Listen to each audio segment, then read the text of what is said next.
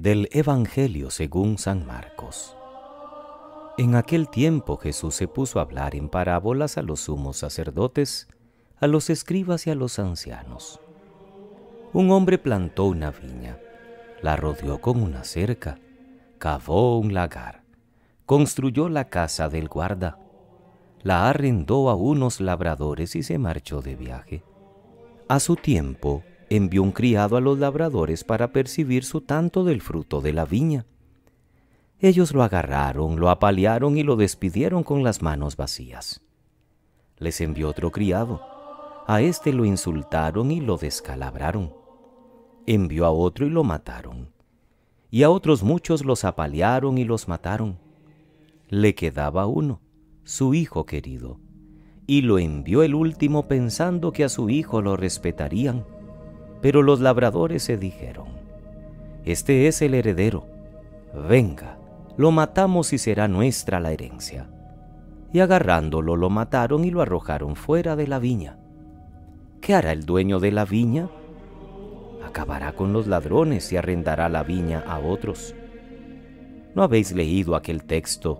La piedra que desecharon los arquitectos es ahora la piedra angular. Es el Señor quien lo ha hecho. ¿Ha sido un milagro patente?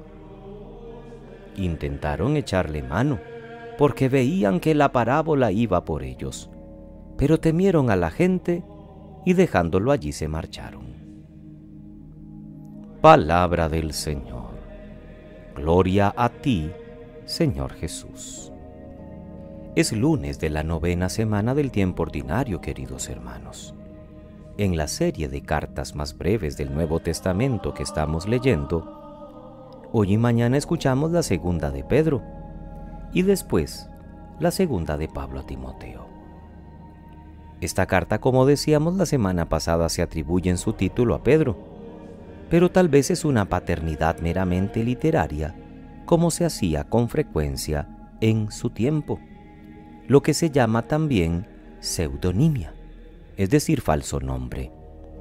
Utilizar el nombre de alguien conocido para que aquella carta o aquel escrito tuviera mayor relevancia. Y lo importante es que si fue Pedro o algún discípulo suyo o alguien cercano al apóstol, nos está transmitiendo verdaderamente doctrina que la Iglesia asumió como suya.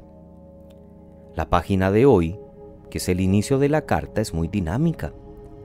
Nos ha cabido en suerte una fe preciosa. Ya tenemos lo que se había prometido en el Antiguo Testamento. Con esta fe recibida en el bautismo escapamos de la corrupción de este mundo y sobre todo participamos del mismo ser de Dios. Pero a la vez tenemos que progresar. Crezca vuestra gracia y vuestra paz, dice la carta. Y nos presenta un buen programa de vida para nosotros los cristianos. Son motivos de alegría y de estímulo para los que hemos recibido esta fe tan preciosa y tenemos la suerte de creer en Dios y en su enviado Jesús. Y esa fe da sentido a toda nuestra vida. El autor de la carta afirma nada menos que nos hace participar del mismo ser de Dios, porque Jesús, al hacerse hombre, nos ha hecho a nosotros de la misma familia de Dios y nos comunica su vida, sobre todo a través de los sacramentos. Pero además de alegría y estímulo, porque el programa de Pedro es que vayamos creciendo en gracia y en paz.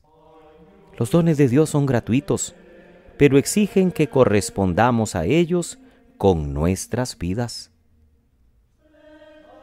Se nos pide que nos esforcemos por añadir a nuestra fe la honradez, el criterio, el dominio propio, la constancia, la piedad, el cariño fraterno, el amor fraterno. Una sabia mezcla de cualidades humanas y actitudes de fe, que son un retrato coherente de un cristiano con personalidad propia.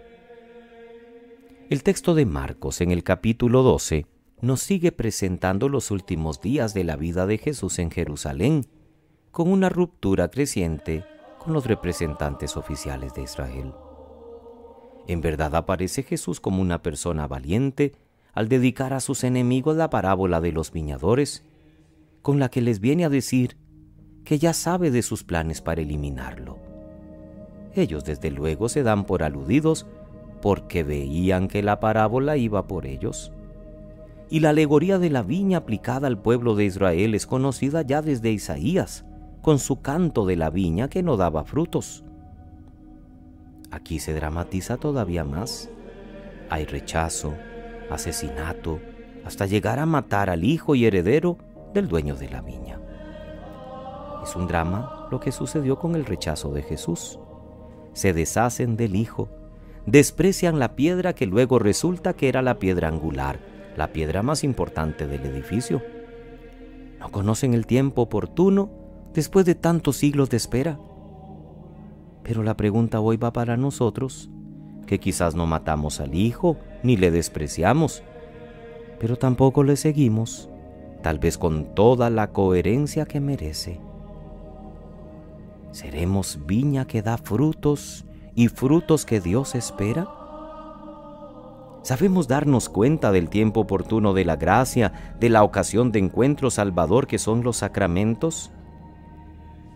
¿Nos aprovechamos de la fuerza salvadora de la palabra de Dios y de la Eucaristía? Ayer lo decíamos con la fiesta de Corpus Christi.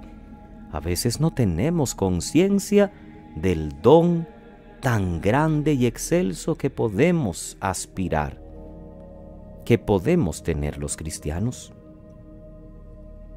Cada uno personalmente hoy tendría que preguntarse si es viña fructífera o estéril.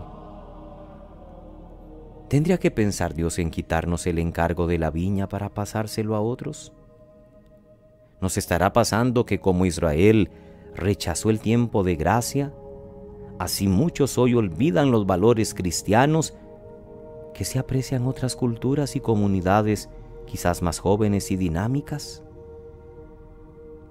Nos extraña el que en algunos ambientes no nazcan vocaciones a la vida religiosa o sacerdotal, mientras que en otros se abundan. Habría que ver si esa palabra está produciendo fruto, y si oramos por las vocaciones, y si pedimos a Dios la perseverancia y la coherencia de vida para que los frutos que demos lleguen a muchos, y no más bien que sean frutos, pero de maldad, o frutos que escandalizan, o frutos que en realidad no sirven de mucho. Que pasen muy feliz lunes, queridos hermanos. Que Dios les bendiga.